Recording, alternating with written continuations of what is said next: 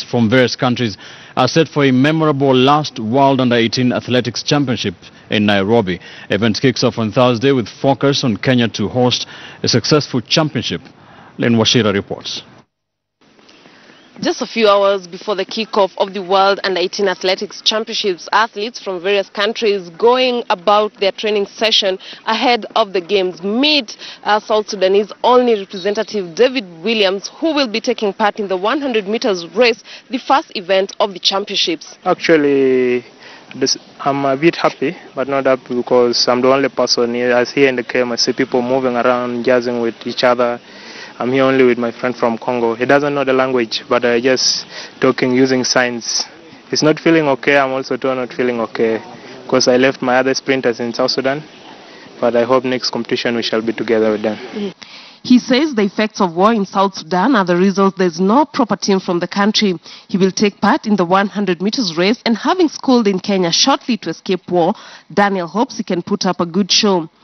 Actually, the war has brought a lot of problems for us in South Sudan.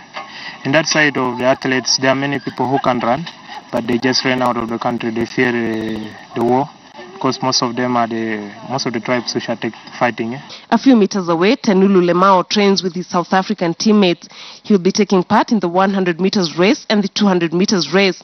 Just like hundreds of other young athletes taking part in the event, Tenulu is excited to be taking part in his first global competition. My first one, so I'm really excited to compete against the other international countries, so I hope it's a good one. The participants in this year's events are the last lucky batch. IAF President Sebastian Coe addressed the reasons behind the discontinuation of the Under-18 Championships. I was persuaded by discussions with many federations, with many coaches, with many people who had been in the sport for many years, that this may not actually create or provide the best pathway for athletes at that stage to prosper through the sport.